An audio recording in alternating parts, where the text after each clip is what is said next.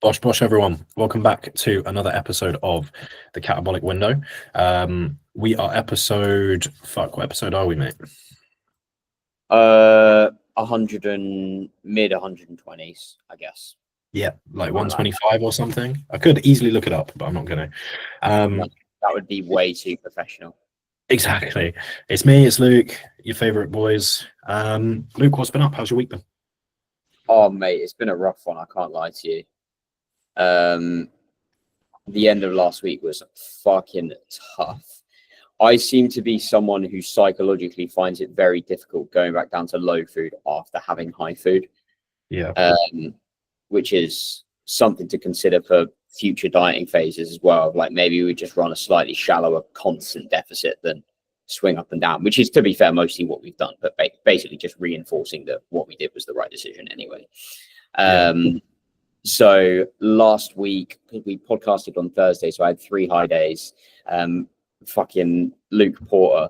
You know Luke? Don't think so. He was a client at Tom's for fucking ages. Okay. But he was fucking roasted me. He was like, the audacity of calling 285 gram of carb a high day.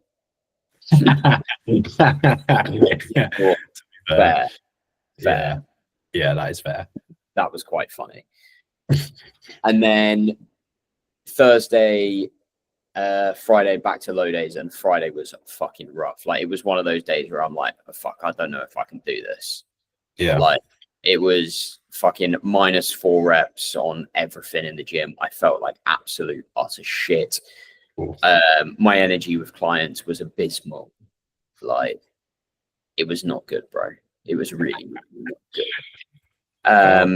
And then I'm sort of talking through this with Matt, and like Saturday, send across shots, and like very, very flat again. And I seem to, at least my subjective judgment, when I look at my shots and go, that's a shit back double, I'm like, okay, the rest of my physique isn't going to look so good. When I look at my back double and go, oh, fuck, I like that, the rest of it looks good as well. Do you know what I mean? Like, I can almost try and gauge it off that shot. So we went like 285 carb, Saturday, Sunday, Monday. So we went 385 and then 385 again today. And it just seems like the more food we put in, the better I look. Like every morning I'm fucking waking up and going, oh my God, like I look even better. Like the last fucking 6 months of dieting have really paid off. And we're seeing the rewards of it now. Yeah. And then like obviously the last 4 years of building tissue. So I sent you across a couple of shots as well to pull up. First one in there that you can see is like actually the rate of loss, if that makes sense. Yeah, give me 1 sec. Okay, here we go. Today, I've lost fucking 10 pounds since the last show, which is pretty hefty.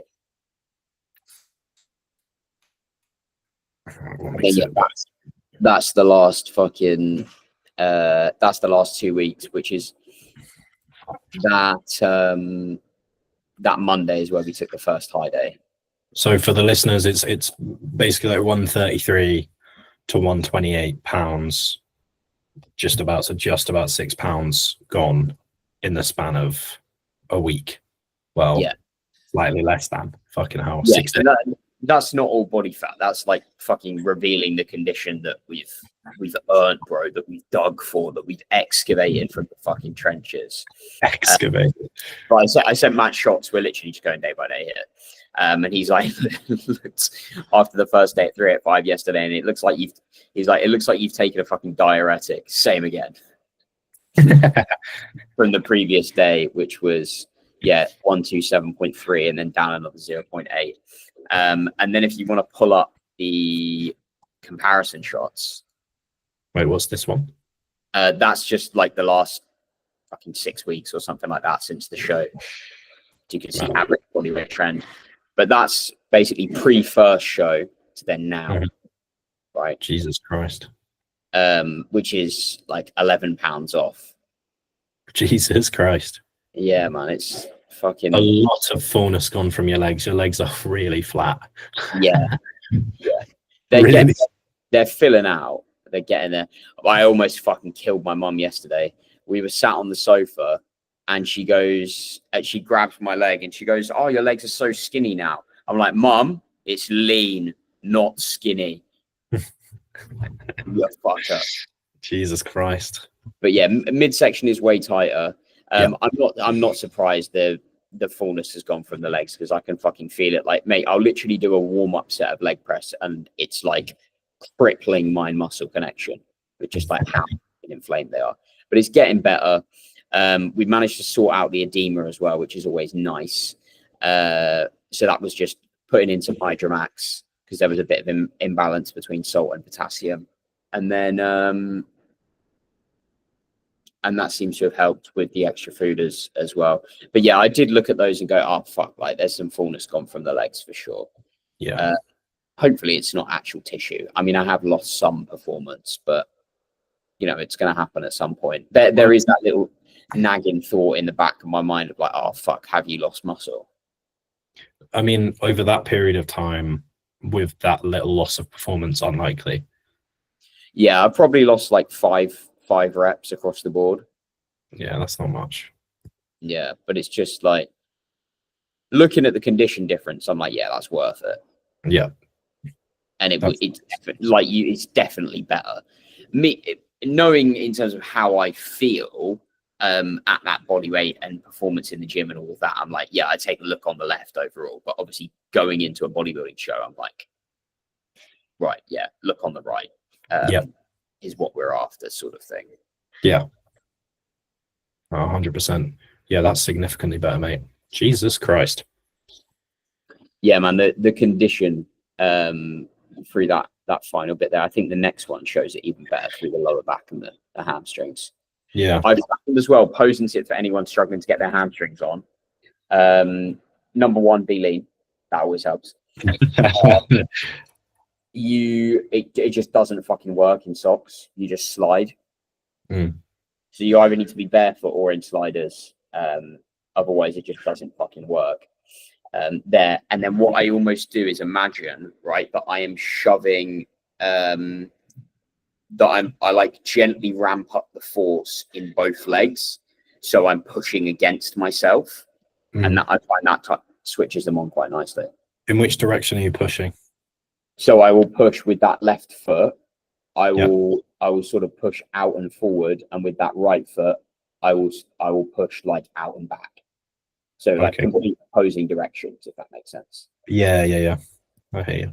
And then screwing them out to the side. Not quite so much pop through that back double. Today's one was much better.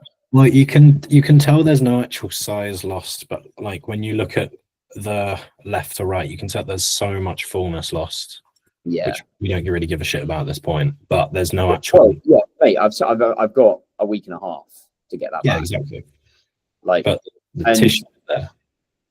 Yeah, just skim from that one to the last picture I just sent you, which was today.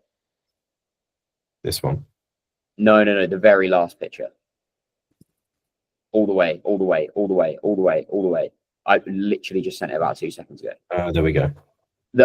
That's the same place at the same fucking time. Yeah. And way more fitness through the shot. You're like, it's fucking crazy, man. Like you really see what the body can pick up and do at this level of leanness, and just like how receptive it is to fucking everything. It's crazy to see. Do you know what I mean? Yeah, 100%. The look is drastically different. Let's go back it's improving a lot. I'm really, really happy. Yeah, it's weird though. It's almost like this anti-climax, right? Because I was expecting like, you know, another week of pushing till the show, and it's like, okay, now our baseline day is that 285 day sort of thing, and then Matt might say, okay, let's go up or let's go down, sort of thing. But with how much better I keep looking when we go up, like I don't see why we're going to keep dropping it, why we would drop it. But I don't seem to be spilling over or getting any fatter or anything like that. Sound, baby. Fucking sound. So yeah, what about your week? My week's been good. It's been kind of just rinse and repeat the same. I'm trying to make more YouTube videos. Not that anyone really cares. Yeah, I'm settled on like 2 a month. Yeah, that's fair. But yeah, fucking yeah, not much to report. My body weight is getting a little bit annoying to push up. And my appetite is down a little bit. So what's that? Tell me more. Yeah, so my body weight climbed to like 207, and then it's just kind of been gradually dipping down to 202, which is I'm pretty much like the same body weight I was in prep, which is kind of mad, but I'm less lean because I've not got the fullness of GH. So I was probably lighter than 205. I just had a lot of fullness on me. Now I'm fuck off. You're literally 80 pounds heavier than me. What do you mean? You're a whole 70% heavier than me. At the minute, yeah. Yeah, that's fucking wild. Like, yeah, it's like it's kind of a head fuck because I'm like basically the same way I was in prep, but the look is worse because I'm on TRT versus like running 500 androgens and GH. But it is what it is. But yeah, my body weight isn't crazy. What's that? 500 isn't crazy. No, I don't like using a lot. It feels horrible. It actually feels horrible. It's not a good feeling. What do I mean? Yeah. Like, you just feel a bit wrecked all the time.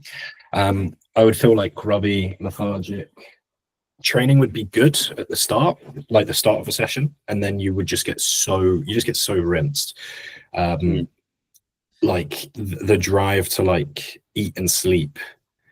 Well, you don't really have much of a drive to eat, but like you eat, you feel crap, you feel heavy, you feel slow, you feel really, really sluggish. And then I would get in the gym. It's horrible. And then I get in the gym and I'm still slugging it out for 1 rep. And then I'm like, okay, well, I was running. I don't want to like kind of. No, that's fair. I don't want to give like people ideas, but I was running more. And then I pulled down to 500 and I was like, I'm still progressing at the same rate. Like there is literally no difference. Even though I'm TRT at the minute, I'm still able to progress. And it kind of feels like it's at the same rate and I feel much fresher for it. The only thing is I just lack a lot of that like pop and fullness. So I look fairly similar, just slightly softer. But yeah, it's a nicer, fresher feeling. Like you feel a bit more like you feel like you actually can exist outside of the gym rather than just feeling like you've been hit by a train after every single set. But yeah, my body weight climbed to like 207. It kept coming down to 202. I had an untrapped meal, went out for dinner with my mum. We got to 207 this morning, 204, fucking brilliant.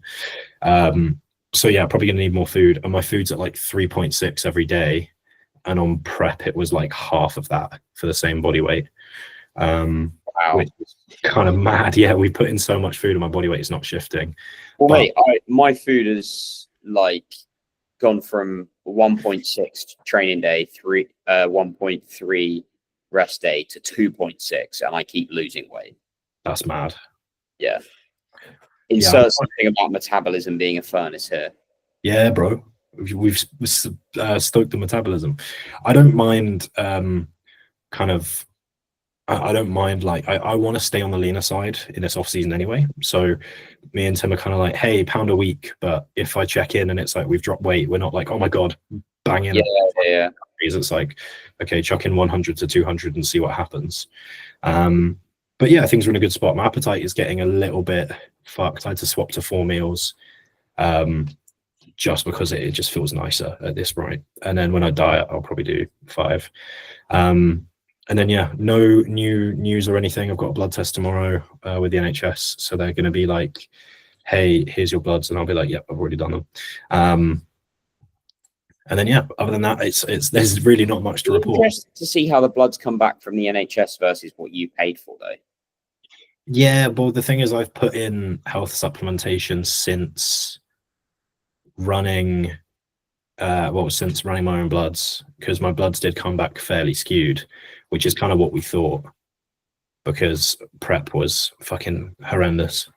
So yeah, we'll see what happens. We'll see what things come back with. Hopefully, there's a few things that are already starting to get in range. But yeah, we'll just kind of continue to monitor it and see what happens.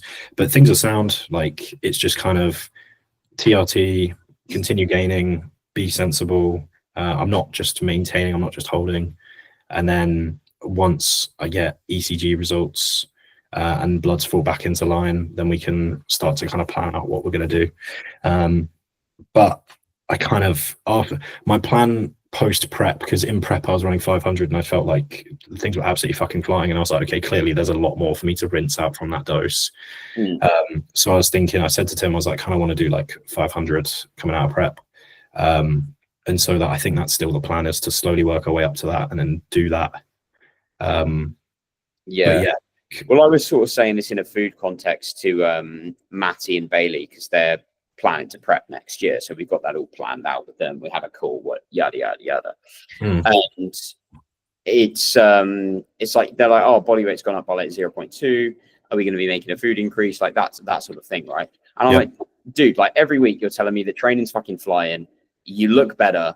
Like, we don't need to gain scale weight for the sake of it. As long as it's generally trickling up over the course of a month, that's cool.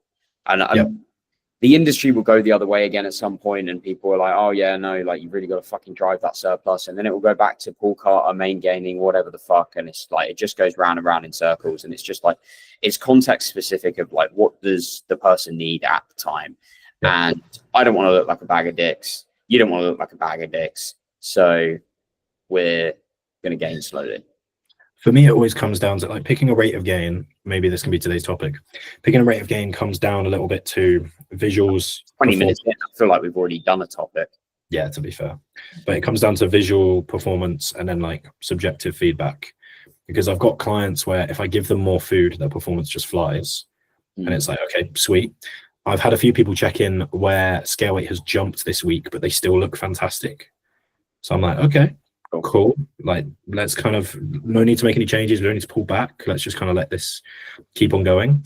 Like when I first started coaching, I go, oh, fuck, their scale weight's up like a kilo this week. Like, oh my God, this is really not good. Like, have they overeaten? Should we pull down food? And then I pull down food. And then the next week they would lose half a pound. You're like, oh, for fuck's sake, man, what's going on here? Yeah. You just need to zoom out and like look at it over the month. Like, you don't need to fucking panic. Exactly that. And like, you can see there's like, I've got clients who, if I give them more food, their performance goes up so much more, and they're actually able to hold condition, particularly towards the start. And we can do that for a few months of like being a bit more aggressive. We get more out of more food. And yeah, there's a limit on that, but you know, that is something that happens to some people. And I've got other clients where it's like, okay, it doesn't matter if I add in 100 calories or 500 calories, they're going to progress at the same rate. So then it's like, okay, we might as well keep things more sensible. Also comes down to your ability to diet. Like, if you're someone who like, I want to stay leaner because I think like every time I've had diets, they've always been like pulling teeth. So I want to keep my condition in a respectable way, so that I'm not having to like pulling teeth. Man, it's horrible. So I don't like. I want to keep myself in a way where I can still like within striking distance of like not horrifically far off where I want to be. Whereas I've got other clients where it's like, as soon as you pull out 100 calories, their body weight just absolutely flies down, and it's super easy for them. And in that case, you can say, okay, well, I'm not going to deliberately make you fat, but if we've only been gaining for 30 weeks and conditions getting a bit smudgy, okay, well, we can afford to kind of keep on going for a few more weeks, or we can have a play around and say, let's be a bit more aggressive with our surplus and see what that does for your training. Whereas, you know, like you said there with Matty and Bailey, if they're talking about prep, as soon as someone's got prep on the horizon, it's always going to be a bit more, well, okay, you're going to be in a surplus, but we're not aiming to get you fat because that's a waste of time. Yeah. So the way that we sort of planned that out was like looking at, right, okay, based on your current body composition, yes, we're going to start prep a bit leaner. We're going to have a bit more tissue, but based on your current body composition, how much fat do you have? Yeah. Then add 5 to 10 pounds to that, because you're always fatter than you think you are.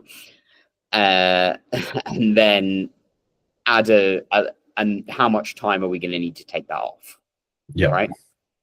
and then giving yourself some extra time as well, because somebody's going to get ill. There's going to be fat loss stalls. We need to account for that. And then it's like, right, okay, to get down to this body weight, roughly where do we need to get to, sort of thing.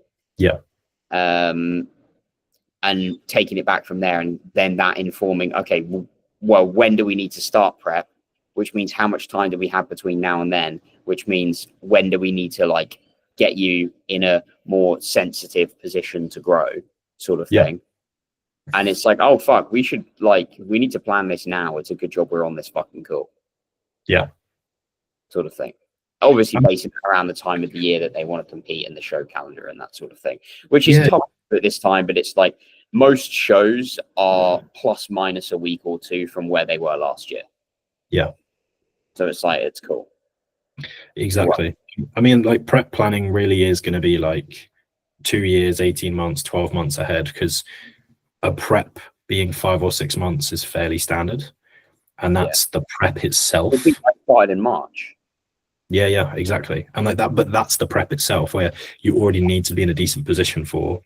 So to get to that position ahead of time and plan that, again, you're going to need another 5 or 6 months. And then if you want to plan a good growth phase before that, then, you know, it's very, very easy to like, I think when as soon as someone's like, I want to prep next year, I'll be like, okay, we'll do you? Because we need to plan this now. And if we get next year, then like, okay, let's get on this now. But again, that informs where you kind of take someone's condition to. Obviously, there are differences between being natural and assisted, particularly if it's like someone's first exposure to androgens. Typically, I don't mind getting them a little bit softer because their food has probably never been so high. They're probably going to get a little bit sick of it. It's going to make dieting like Camille. You look at his progress and you go, oh yeah, like he's clearly a bit softer, but he's also fucking ginormous. Yeah, he can quite easily. I'm like, dude, you look like a bowling ball. What the fuck? He can diet really easily as well. And like I said to him, I was like, look, if it gets too difficult, you're now in a position where you can use lipolytics and you've never been able to use them before. So again, that response is going to be easy. But his like response to dieting is piss easy. Like his body weight will start to run away. The hardest thing about dieting Camille is just catching him and giving him refeeds. Like it's so easy. His body will just go, and his performance will keep on flying. He'll just like start running into hypos and getting mudded, and that's not really what we want from like a makeup. Not really, no. But yeah, like again, that's an example of that's someone who I don't mind him getting a little bit softer because it won't take long to get back from that. It's never the aim, but it's sort of like how allowable you make it. If me and Camille are gaining and it's 30 weeks in and we're both getting a bit out of shape, I'd probably stop. Camille would probably keep going. Obviously, you never go in with the intention of that, but sometimes body weight runs away. Sometimes there's untracked meals. Sometimes things just go wrong, and that's not really ideal. But if you're trying to like plan as sensibly as possible, you do want it to be a good like 40, 50 weeks of keeping things in a nice, sensible position. But again, it's fine to allow that. I'm never a fan of I'm going to purposefully get you soft. There's a certain amount of like condition that it depends on their start position, really. I mean, if someone's come off prep, it's like I need to get you softer. But yeah, absolutely. If like, someone's I need to hit 140 pounds before I feel like yeah most of the time. But if you've come off the back of a mini cut, it's like, okay, well, I don't need you softer. You probably will get a little bit softer. I don't need you to be softer because you're already in a good spot. You're lean, you're not peeled, you're fine. Like if you were to hold this body comp, fantastic. But again, it comes down to someone's performance and how they're responding as well. Yeah.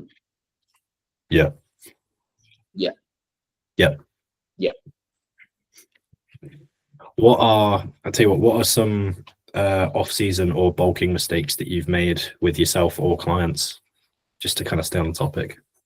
Was that really on topic? Okay, I don't know. Off-season or bulking mistakes? Yeah. We'll go one for one. So give one, and then I'll do one, and then we'll just kind of keep going. I feel like this has been done so many times. Like getting too fat, not gaining at all, Yeah. and then letting your training go to shit, and then not doing any cardio, not eating fruit and veggies, like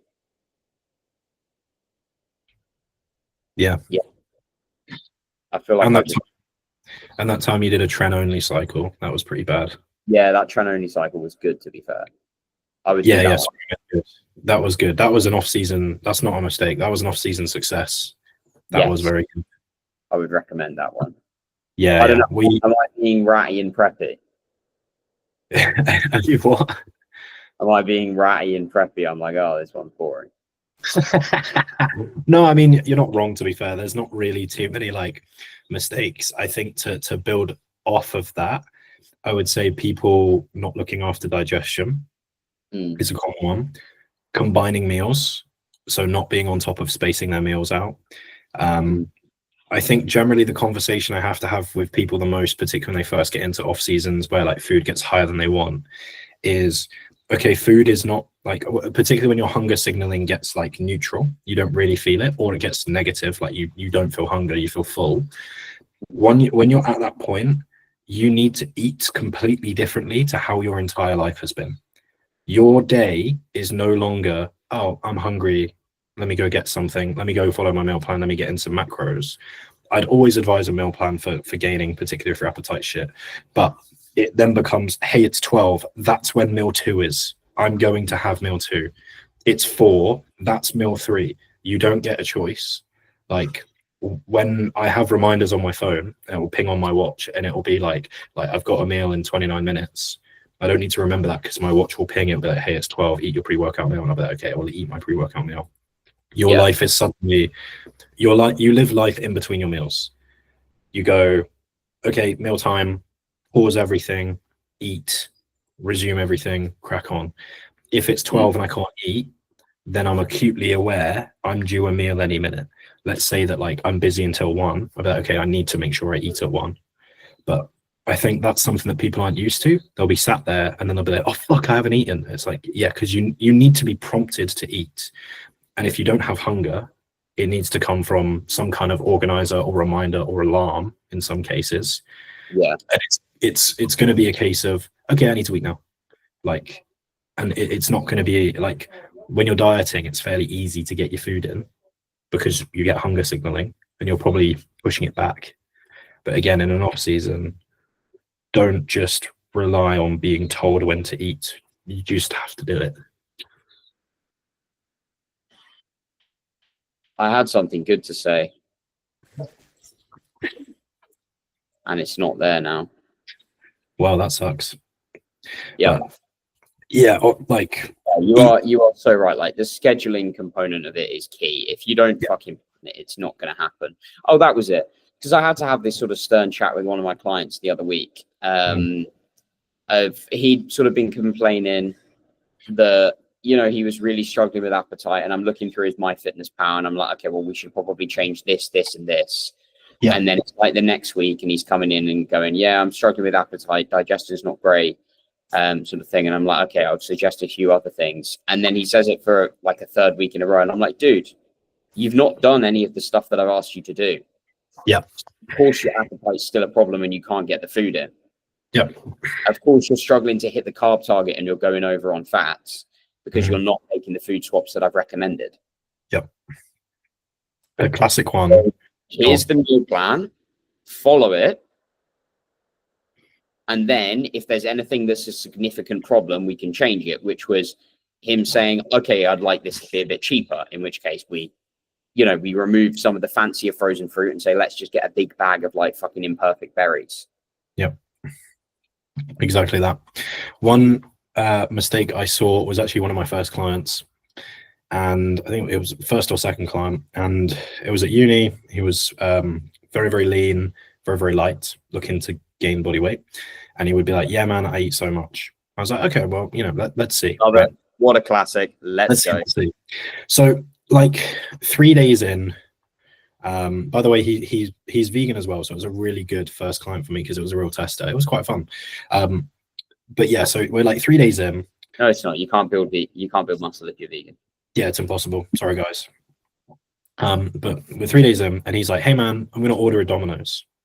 And I was like, okay, go for it, man. Like, sure, why not? We've got food, you've got flexibility, enjoy yourself, go for it. It was like a social event.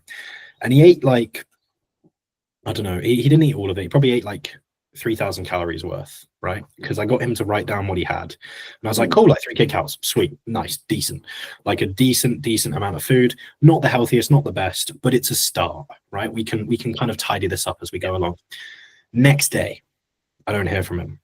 Day after, I hear from him. Hey man, sorry, was so full from the Domino's I didn't eat yesterday. And then I pulled him onto a call and I was like, hey, how often does this happen? And he was like, fairly often. If I get like takeaway, I tend to struggle the next day. I was like, okay, so basically in your head, how has your eating been? And he's like, great, because I had a Domino's. I was like, okay, so you had 3,000 calories on Monday and none on Tuesday. The average between those 2 days is 1,500. We've got the exact same thing as if you ate 1,500 calories 2 days in a row. It's the exact same thing. And that's when he was like, oh shit. And I was like, yeah, doing a big, huge influx of calories in a really poor digesting, very satiating way, and then not eating is your issue. You need to be a bit more 1,000 calories 3 times a day, something like that. Fantastic. And once we made that change, gosh, that's another mistake that people make is they kind of, their food ebbs and flows. They'll have like a 0 calorie and then a 5,000, and they'll do that every other day. And they think they eat so much food, and it's like, no, you eat a ton of food, but then you can't do it the next day, and then you get hungry. I generally don't like to look at calories across the course of the week, because I find for some people it makes them go, oh fuck, well I overate today, let me just undo it tomorrow, and then it's like a self-perpetuating thing. But as a tool to like illustrate to somebody that like, actually no, you're not eating a lot of food is really fucking helpful. Well, yeah, that was the point I was getting at, is you would be better off being more consistent, because eating a high amount of food isn't going to do anything if there's not frequency to it. Because I mean, like, everyone once a year on Christmas massively overconsumes. No, mate, I eat chicken and rice on Christmas. Yeah. No, sorry, I have whey and core and berries, and no dark chocolate, because I don't. Mum's like, you want some gravy? I'm like, nah, I'm going to put whey paste on it. No, I actually just like drizzle it under the tap. Just pour some water on it. Yeah, mate, that's the best. Did you see? We'll review it properly. But did you see fucking Matty's full day of eating? No, I didn't look at it. Dude, the gravy on this thing was diabolical. It was like chunks. I'm like, that needs to be. It needs to be runny, and there needs to be like 5 times the amount of it. For the sake of content, I haven't looked through any. I open the message and I leave it. I don't look through them ahead, because I want a live reaction, and you can walk me through it. Also, I don't know if Teddy messaged you, but the trifle was not his. Yeah, bro, he was fuming. He was like mad. I think he's coached by. I think he's coached by Josh Jenkins. You were right. Yeah, he was fucking fuming, bro. Yeah. Teddy, mate, shout out. You're always listening. Are you still coached by Josh Jenkins? I believe you are. Good, solid coach, by the way. We love Josh. But yeah, he was like, that is not in the meal plan. And I told him that he has to message Josh and get it in now. Get the trifle in the meal plan. The trifle looked amazing if it was smaller. It was so big. Yeah. Whose was it? Will. So he told me that that's like 1.5 portions of, the sugar-free, the jelly that you can make, basically. That's not Will Bosworth, is it? No. Will Ravi, I believe. Oh, Will Ravi. Okay, yeah, I can see him eating that. Shout out, Will. We love you, mate. I can see him eating that. Because I think he would take his time to make that concoction, whereas Will Boz would not be asked to do that. Like, getting him to cook pasta, he's like, oh, this is a bit long. Can I just eat cement? He's that kind of guy. That's funny. Anyway, that's another off-season mistake, is high influx calorie days are worthless unless you're doing them back to back to back. I like that one. I wanted your opinion on something, right? Okay. Something that I've been playing around with. Sorry about that. And it's actually been inspired by a personal experience I had, and it's been inspired by Reese a little bit. Okay. High days in the off season. What's the disparity? Not a lot. Basically, Well, tell me. So the thought usually I go like 500 calories, maybe 1,000. I think above that is a little bit silly, but usually I sit about 500. What I do is I'll give people, if I'm kind of like taking them out of a diet and I'm trying to keep their rate of gain under control, what I do is I'll give them a small addition to their baseline food every single day, and then I'll run like a 500 calorie high day. And then I can control their body weight to a really fine degree by changing the frequency of high days that we have. So it might start off at every 4 days, and then if body weight is being a little bit slow, I might go to every 3 days, and then beyond that is the addition to baseline food. If body weight moves up fairly aggressively, because sometimes you add in food and it just flies up, and that person, this is through the context of someone who needs to stay very, very lean, then what I might do is just go, okay. And why do they need to stay lean? Usually because they struggle with dieting, or we've got the goal of just staying lean. Right. But we're not staying peeled. Like, we're trying to hold acceptable condition. Then if body weight flies up and it comes to that 4th day, I'll be like, okay, skip your high day. And through doing that, I've noticed that it's much easier to have a fine control of people. You can put the high day on a day where it would benefit training performance. It allows it. It's a nice way of kind of pulling back food without pulling back food. Yeah. Just like a little addition. Like my first thought is, how practical is it? Like, if the high day food is right, we're going to add a squares bar to one meal, and we're going to like double the jam in another or whatever. Like shit like that, that's so easy to do, or like extra cereal post workout.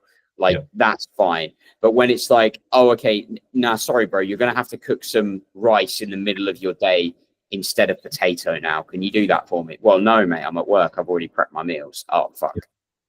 So usually I'd go for like a slight addition to fats, like dark chocolate, peanut butter.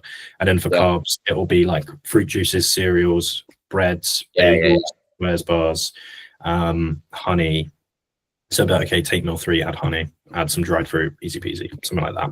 But I've noticed that just through that initial kind of like, when you're treading very, very carefully with scale weight, it's a really nice way of managing things. And then you get to a point where you're like, okay, we're running high days so frequently that this might as well just be baseline food, because you get to a point where they are redundant and there's just no need. And it's like, if someone's body weight is consistently dropping, you're not going to do, if you do consistent high days, that just is their food. And again, it becomes very redundant.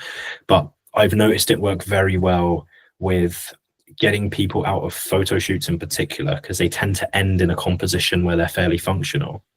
It gives a kind of nice release to food, but also allows us to kind of monitor performance and still be very, very specific with the gain. And those initial like 8-12 weeks, it really, really carries over. It's absolutely not for everyone. It's a waste of time for some people, but it's something that I kind of before would be like, that's pointless. And like for me, it's like, nah, dude, you just need to be fatter. Yeah. I've noticed that like it's something that I did a little bit on myself, and it worked quite well, to be fair. I didn't see any. The main concern obviously is just by pushing food to one day, you're potentially having lower food to account for that to some extent for the rest of the week, or your food is just not as high every day as it could be. So the concern then is like, okay, what does that do for performance? But I've noticed that as long as that's fine, sound. And it's something that I've played around with and I quite like it. I think keeping it in for the whole of the off season is very, very redundant. But it's particularly from like a food focused perspective as well. It was really, really nice. And for people who might be struggling with the idea of untracked meals, while you're kind of getting them to that point, it's still a nice way of kind of like dropping down food focus while you then kind of broach that topic as well. I think they're very specific utilizations, but they're not as like, I can see it for sure. I like it, man. They're not as entirely pointless as I thought. But yeah, I thought it'd be interesting, because I remember it's not something I need to run the whole time for sure, but it's like a useful tool at certain points. You don't even need high days in a diet for everyone. There's just like, well, mate, I had 2 high days the entire 20 weeks before my first show. Yep. And then didn't have any for 2 weeks, and then have had 6 now, 7.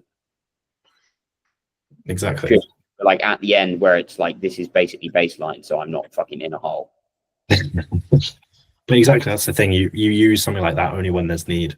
But it's something that I used to kind of be like very dismissive of entirely as a concept, but now I can kind of see it. I think if you're just doing it for context, nuance in bodybuilding.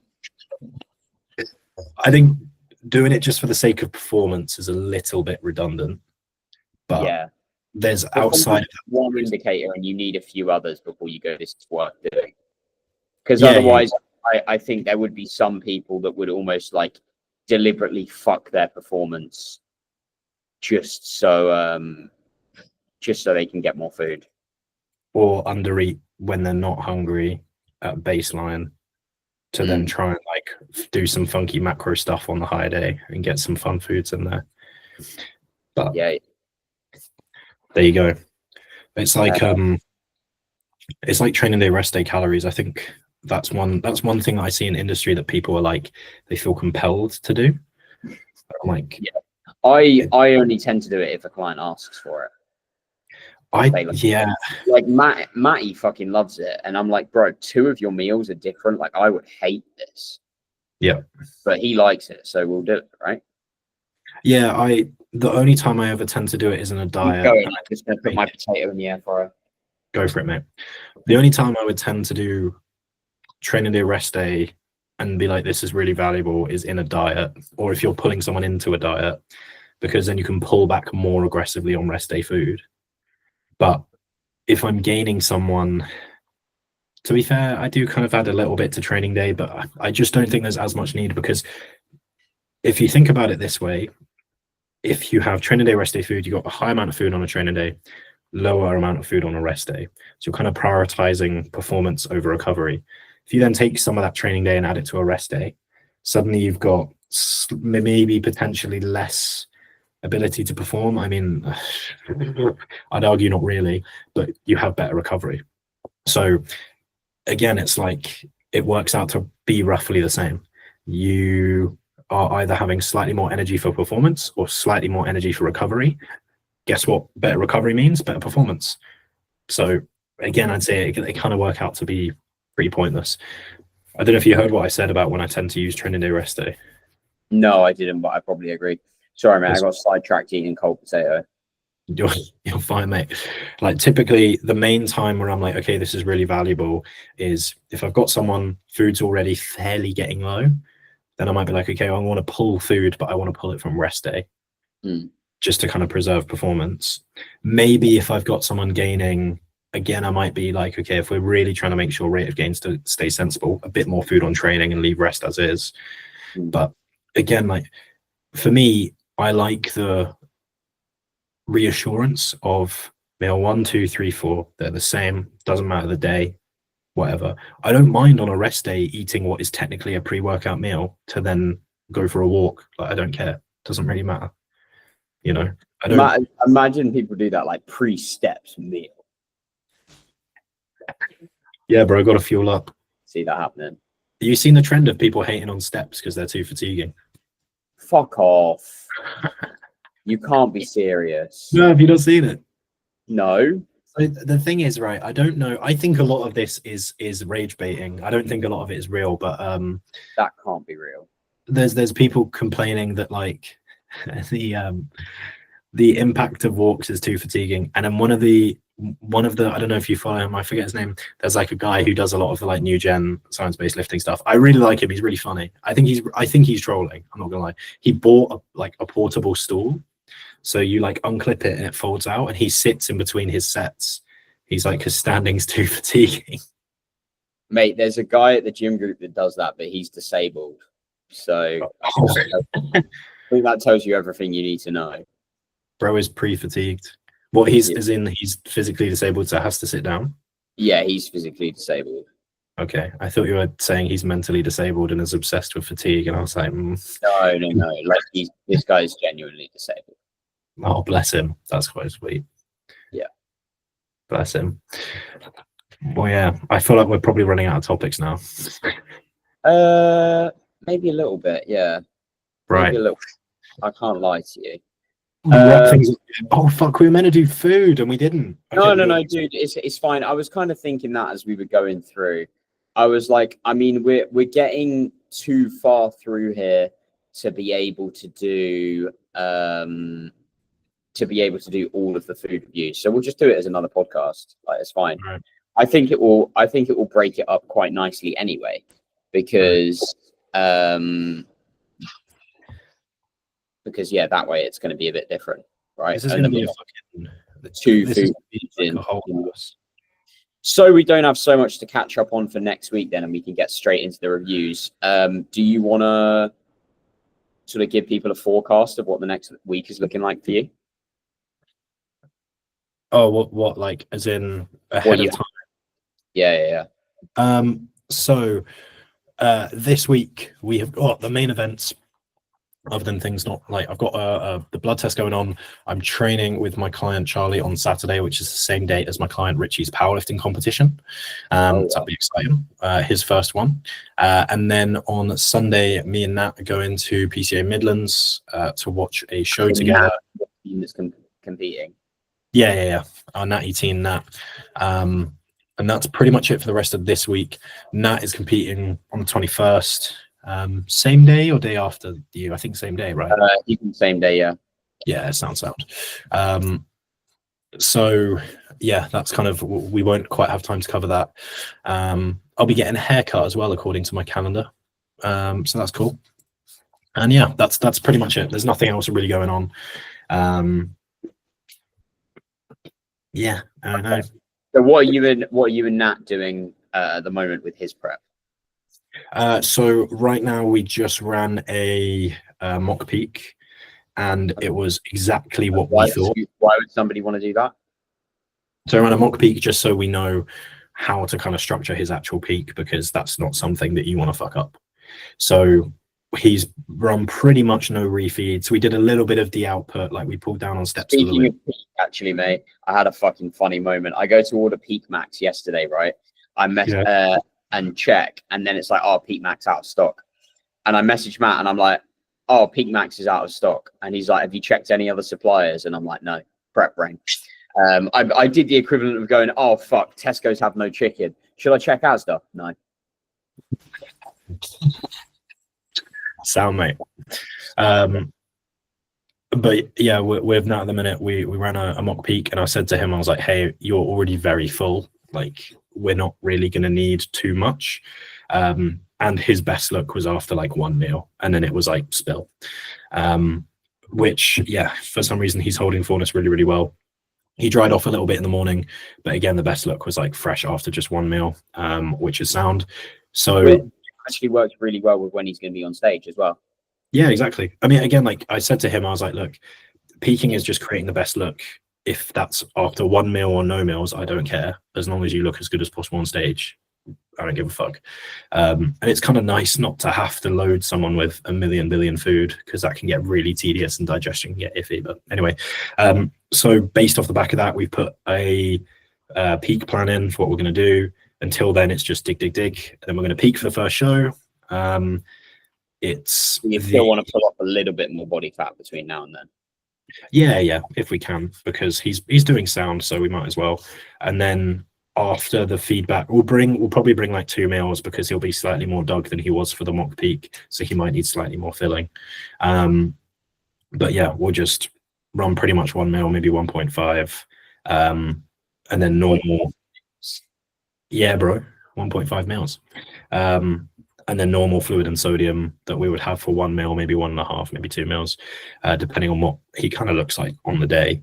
Then after that, dig for a week, and then show again. And then we might tweak the peak based on how he landed on stage. Who knows? But yeah, that's pretty much the plan. Things are going very, very smooth. I can't complain. And that's moving like a champ.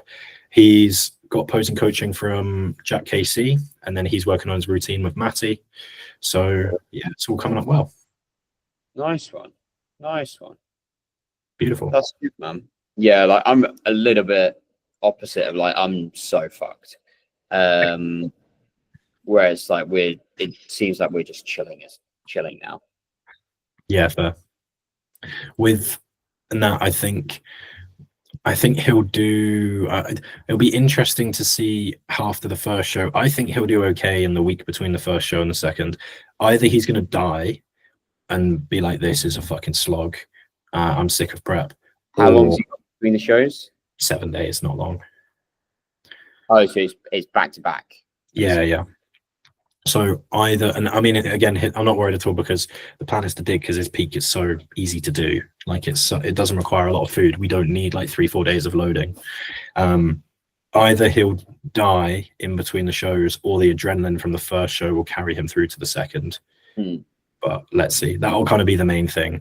The plan at the minute is dig, but I'll probably just do daily check-ins with him and just be like, "Hey, how you going? How you going? How you going? You doing okay?" And if I need to just pull him up to a baseline and just hold him instead of digging him, easy peasy. Yeah, because there's that balance to find between, like, okay, more condition would be good, but also, is this going to be so much that it fucks you and you just can't do it? Yeah, exactly. It's worthless us trying to dig for condition that someone just physically can't get to. Yeah. Like, you get to a point where, yeah, we can pull scale weight down and we can keep creating a deficit, but if you can't sustain the muscle that you've got, then you are just losing tissue and you're going to stay the same condition or get softer. And so just because there might be fat to pull off on an athlete doesn't mean that you necessarily can. And that's fine. But also he's a natty teen, so like the main feedback is going to be more tissue.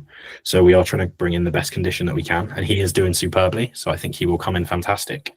But I'm excited to see him as a junior in like 5 years time, because I think he'll be really, really, really well suited for it. And yeah, he's just kind of made to prep. So no complaints. Made to prep. Yeah, mate. What a guy. Yeah, bro. Fucking guy. Right. We'll wrap things up there because we've rambled on long enough and this is running out of steam. Wrap it Thank up. you for listening. Always Luke, wrap it up, people. where can they find you? What are your details? Obviously, they're in the caption below, but run us through them anyway. Lactic Luke on Instagram, on YouTube, on TikTok. Sorry if you have to spend any fucking time on that app. Shithole. If you want coaching from me, send me a message and I'll tell you how it works. It's not really anything more complicated than that. If you don't want coaching from me, get fucked. You're a prick. That's it. Yeah. I'm Jack_True Academy, Instagram, YouTube, probably TikTok as well. I can't remember my name on TikTok. Just type in Jack up and you'll probably come up. I don't know. Who cares? Who cares about TikTok? All things and links are below. If you've got any meals you want to send us, please do, because if we get enough, we could keep this as a recurring segment, which would be quite fun. That would be funny. That would be great. Thank you everyone for watching. Have a good one. Goodbye.